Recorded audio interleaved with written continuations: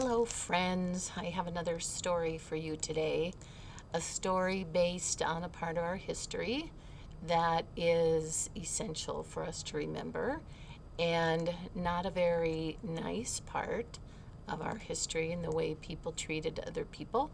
And I know you've been talking about that, especially during Black History Month, but it's also just a good subject for us to know about, so we don't forget that everybody deserves to be free and everybody deserves to be treated equally and with respect.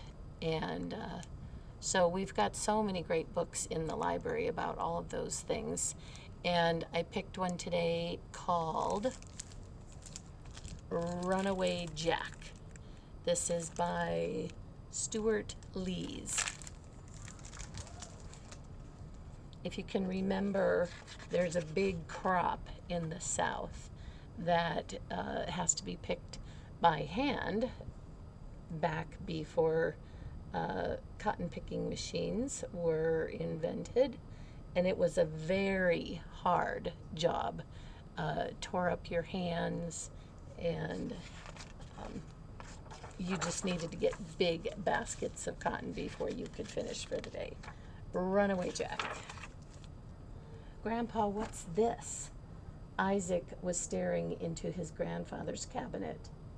That, Isaac, is Jack's little wooden horse. Who's Jack? Asked Isaac. Jack was your great, great, great grandfather.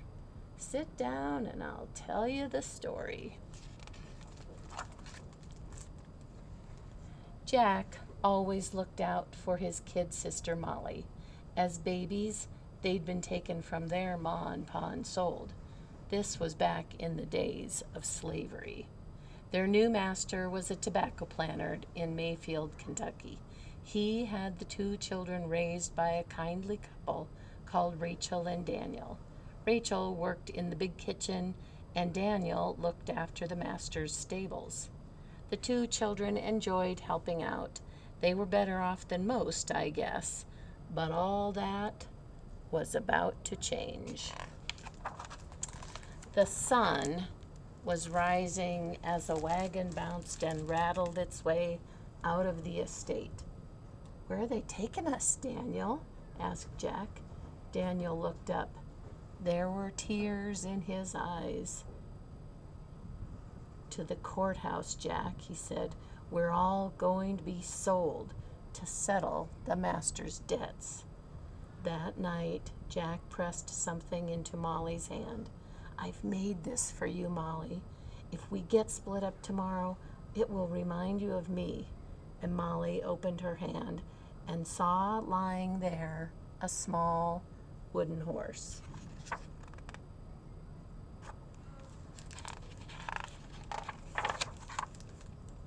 Slaves from all over Kentucky were at the auction. Jack lost sight of Molly as the buyers peered, pushed, prodded, and argued over them. The bidding for Jack was fast and furious. When it finished, he was shackled to 6 other slaves. They were going south, down the Mississippi River to Vicksburg. For 2 days they sat on the deck of a steamer, baking by day and freezing at night. Jack watched the cotton plantations slip by, full of slaves working in the fierce heat. He was sure he'd never see Molly, Rachel, or Daniel again. Jack was put to work with a group of women picking cotton. At the end of each day, each long day, he lay down, aching and tired, and cried himself to sleep. Anyone who didn't pick their daily quota of cotton was beaten. I saw you putting some of your cotton in Sally's bag, Jack whispered to a woman one day. Keep it quiet, Jack. If the overseer finds out, we'll all be whipped. Sally's not as young and strong as the rest of us. After that, Jack always put some of his cotton into Sally's bag. One hot day, Sally had to rest. "On your feet!" shouted the overseer, raising his whip. Jack could bear it no longer. He grabbed the whip from the overseer and threw it as far as he could. What had he done? Terrified, he turned and ran, blindly crashing through fields of cotton. The fields turned to wet marshland, but he didn't stop. Behind him, men were giving chase, the barking dogs growing louder. He scrambled up a bank, and suddenly there was nowhere left to run, because there, stretching before him in the fading light, lay the vast Mississippi. Upriver, Jack could see a small town. He picked his way along the water's edge toward it, but angry shouts told him that his pursuers had gotten there ahead of him. His heart thumping, he crouched by the landing where a ferry sat moored up for the night. Looking around, he had an idea. He slipped into the water and hauled himself up onto the ferry's crowded cargo deck. Then he climbed in among the cotton bales and pulled another bale across. Now he was completely hidden.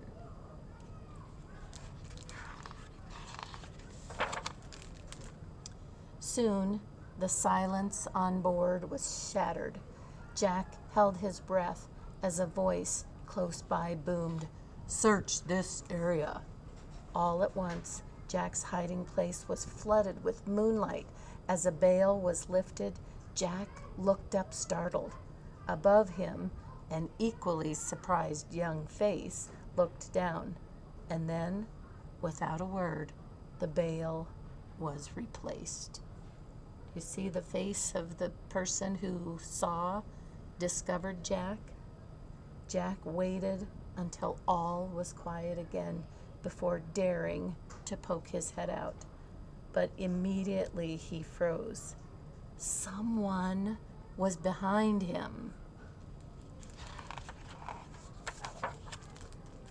"I guess you're the runaway everyone's so excited about."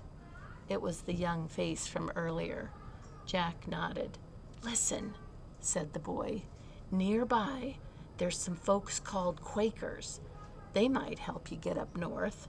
So the next day, at one of the ferry stops, Jack slipped over the side and climbed ashore.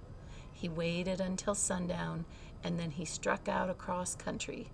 But as he emerged from the darkness into the light of a homestead, a voice cried, "Who goes there?"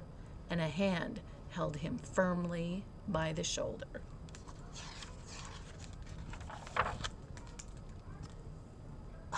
"Don't struggle, lad.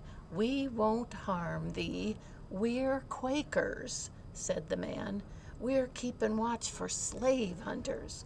We've been looking after a runaway family, and they're leaving tonight." Outside the house, a man and a woman with a child were being helped into a carriage. As he passed them, Jack tripped on something, and he bent to pick it up. "That's mine!" cried the child. But Jack wasn't listening, because as his hand closed over it, he felt the smooth, familiar shape of his little wooden horse. Looking up, he let out a cry. It was Molly! And the man and the woman standing behind her were Rachel and Daniel. I imagine he thought he would never see them again. "So they were the runaway family," cried Isaac. "That's right," said his grandfather. "They all missed Jack badly, and Daniel got to thinking that maybe if they reached the north, they could save some money, find Jack, and buy him his freedom." "Well, what happened then?" asked Isaac. "Well, the Quakers helped them along the Underground Railroad to Chicago, where they were free, and Daniel and Rachel settled and raised the two children there. And this story has been handed down along with the little wooden horse that brought them all together again. And then this just kind of tells about that time and that it was somewhat true. Let me read that to you. The Mississippi steamboat carried Jack through some of the most dangerous territory for any runaway slave during the 1840s, the lower southern states of America. This was an area full of slave hunters and suspicious local people, where a runaway slave would almost certainly be recaptured. Slaves were a valuable commodity, for this was the golden age in the Deep South and the economy was booming. Since the invention of the cotton gin, the cotton plantations had expanded rapidly, creating a huge demand for labor. And then in 1811, the first light draft steamboat succeeded in sailing upstream through the strong Mississippi currents. The southern sugar producers suddenly found the valuable markets in the north opening up to them. The result was that the slave population of the southern states mushroomed from just over 100,000 in 1719 to 2,500,000 by 1850. In the upper southern states, though, falling tobacco prices meant that the plantations of Virginia and Kentucky struggled to survive. It had been illegal since 1808 to import new slaves from Africa, and so many slaves like Jack found themselves being sold down the river. For Rachel, Daniel, and the two children, the next 350 miles to Chicago and freedom were still fraught with danger. But now they would receive food and shelter from sympathizers on the famous Underground Railroad. Many of these sympathizers were Quakers, members of a Christian Protestant sect formed 150 years earlier in England. They campaigned for many social reforms, including the abolition of slavery. Jack was to return to the Deep South just 15 years later, this time as a soldier. He joined the Union Army, which was struggling to defeat the armies of the Southern Confederacy, the last stronghold of American slavery. When the Civil War ended in 1865, the victorious Union passed the 13th Amendment that finally ended slavery throughout the United States of America.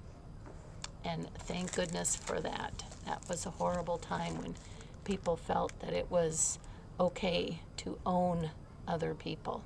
So I'm glad that that was abolished. Thanks for listening, and I will see you in the library. Bye-bye.